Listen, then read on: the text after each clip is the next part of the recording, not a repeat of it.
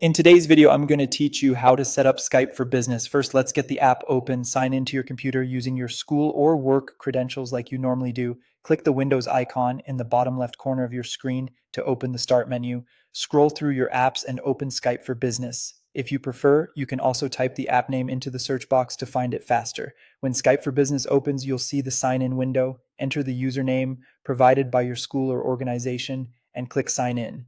If you're prompted for a password, enter it to continue. You may see a couple of optional prompts. Choose No when asked to save your login details, especially if you're on a shared device, and feel free to select No for the option to help improve the app if you'd rather skip it.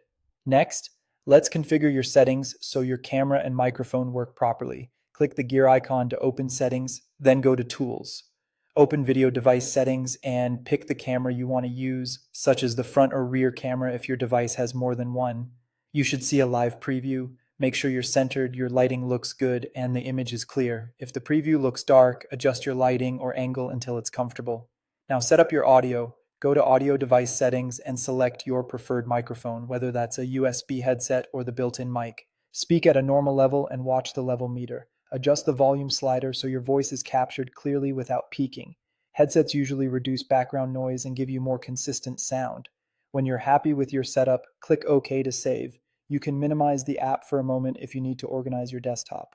To find someone to call, use the search bar at the top of Skype for Business and type the name of the person you want to contact. When their name appears, confirm it's the right person by checking their status or details. To start a video call, right-click their name and select Start a Video Call. Skype for Business will ring them and you'll connect when they answer.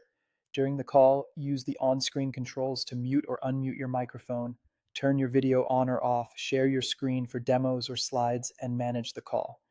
When you're finished, click the Hang Up button to end the call.